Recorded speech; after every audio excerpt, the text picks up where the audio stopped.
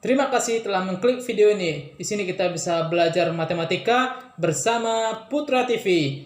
Jangan lupa subscribe, like, dan share ke teman-temannya agar bisa kita saling berbagi video. Selamat menonton. Assalamualaikum warahmatullahi wabarakatuh. Pada postingan kita kali ini kita akan membahas bentuk akar. Yang kita bahas sekarang adalah merasionalkan penyebut. Nah, apakah itu yang disebut dengan merasionalkan penyebut? Merasionalkan penyebut itu adalah menghilangkan penyebut yang mempunyai akar. Artinya kita di sini merubah bentuk tanpa merubah nilai, menghilangkan penyebut yang memiliki akar. Nah, mungkin kita bisa melihat pecahan seperti ini ya. Kita lihat contohnya umpamanya 2/3 akar 2. Nah, di sini kalau kita perhatikan penyebutnya adalah memiliki akar, yaitu 3 akar 2. Di sini 3 akar 2 ini bukanlah bentuk baku karena penyebutnya mempunyai akar dan ini harus kita robah nantinya gitu. Nah, yang kedua umpamanya kita lihat contoh soal yang kedua. 3 per akar 5 ditambah akar 6 gitu ya. 3 per akar 5 ditambah akar 6, dan penyebutnya mempunyai akar ya, yaitu akar 5 ditambah akar 6. Artinya penyebutnya memiliki akar atau mengandung akar ini tidak boleh dan bukan merupakan bentuk baku penulisan dalam matematika, dan ini harus kita hilangkan. Sebelum kita masuk ke pembahasan merasionalkan penyebut, nah kita ingat lagi operasional perkalian bentuk pecahan ya, operasi aljabar perkalian akar. Nah, kita lihat contoh umpamanya akar 5 dikali akar 5. Nah, ini perkalian bentuk akar ya. Akar 5 dikali dengan akar 5, maka nilainya sama dengan akar 5 dikuadratkan gitu ya. Maka nilainya sama dengan 5 gitu. Yang kedua umpamanya akar 6 dikali dengan akar 6. Nah, maka nilainya sama dengan akar 6 dikuadratkan. Nilainya sama dengan 6. Nah, jadi bentuk kuadrat atau perkalian nilai yang sama, maka yang tertinggal adalah nilainya ya, akarnya menjadi hilang. Umpamanya akar 5 dikali akar 5, 5. Akar 6 kali akar 6, 6. Akar 7 kali akar 7, 7 gitu ya. Nah, selanjutnya umpamanya 2 akar 3 dikuadratkan. Ini artinya 2 kuadrat dikali dengan akar 3 dikuadratkan ya. 2 kuadrat 4, akar 3 dikuadratkan berarti 3 ya. Berarti 4 dikali 3 sama dengan 12. Nah, jadi ini ya kita ingat ya, perlu kita ingat kembali karena ini sangat penting. Nah, 3 akar 5 dikuadratkan ya, maka nilainya sama dengan 3 kuadrat 9 gitu ya. Akar 5 dikuadratkan 5. Nah, maka nilainya sama dengan 9 kali 5, 45. Nah, perkalian bentuk akar ini perlu atau sangat perlu kita ingat karena nanti sangat berhubungan erat dengan merasionalkan penyebut. Nah, akar 5 kali akar 5, 5. Akar 7 kali akar 7, 7 gitu ya. Nah, sekarang kita masuk merasionalkan penyebut. Nah, bagaimana sih cara merasionalkan penyebut? Nah, sifat-sifat merasionalkan penyebut dengan cara mengkalikan dengan bentuk sekawan dari penyebut tersebut. Nah, kita ingat, kita harus mengkalikan dengan bentuk sekawan dari penyebut tersebut. Nah, inilah cara menghilangkan bagian akar pada penyebut. Nih contoh soal sifat yang pertama, A per C akar B nilainya sama dengan bentuk sekawannya adalah akar B dibagi dengan akar B. Nah, keduanya dikalikan dengan akar B dikali akar B. Yang kedua, jika dia tambah di sini A per C ditambah akar B, di sini tambah ya. Nah, maka bentuk sekawannya kurang C dikurang akar B per C dikurang akar B. Nah, selanjutnya sebaliknya. Sebaliknya yang ketiga, A per C dikurang akar B. Nah, ini sebaliknya ya, lawan dari yang di nomor 2. Maka bentuk sekawannya adalah positif.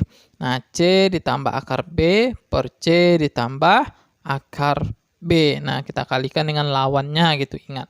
Yang keempat, umpamanya A per akar C ditambah akar B, karena di sini positif ya, positif, tanda penyebutnya positif, maka dikalikan dengan bentuk sekawannya akar C dikurang akar B per akar C dikurang akar B.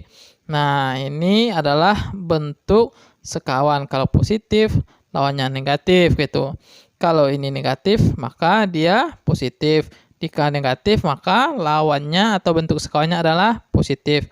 Yang kelima, A per akar C dikurang akar B, kebalikannya ya. Ini negatif, maka positif. Akar C ditambah akar B per akar C ditambah akar B. Nah, ini yang perlu kita ingat untuk menyelesaikan atau merasionalkan penyebut. Mari kita lihat contoh soal. Nah, inilah bentuk-bentuk atau cara-cara merasionalkan penyebut. Nah, yang kita perhatikan terlebih dahulu adalah bagian penyebutnya ya. Bagian penyebutnya. Kita harus mengalihkan dengan bentuk sekawan.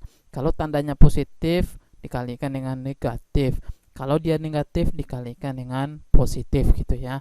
Nah, sebaiknya kita lihat contoh soal yang berhubungan dengan merasionalkan penyebut ini. Nah, contoh soal.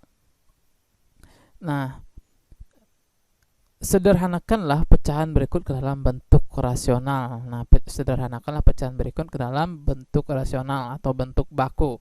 Nah, soal nomor 1, 3 dibagi 2 akar 3.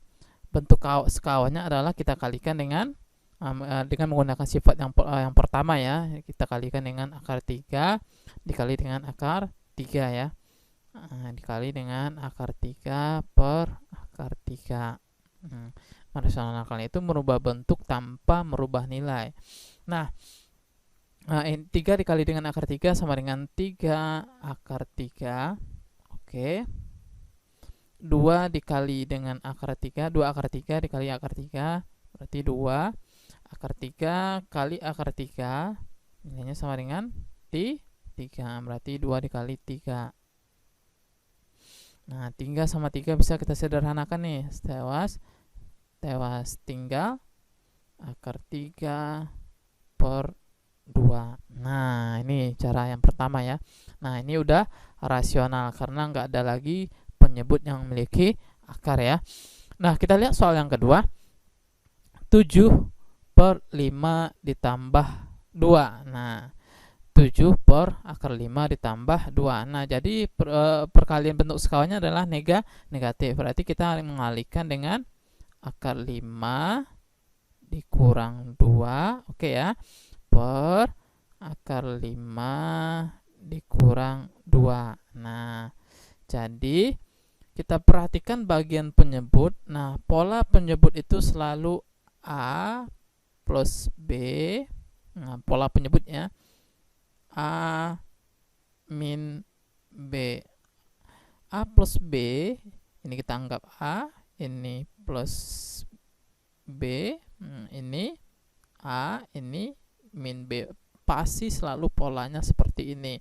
A plus B, A min B, atau ada juga bentuk penulisannya kalau dia negatif awal penyebutnya berarti A min B, A plus B. Nah, polanya selalu kayak gini.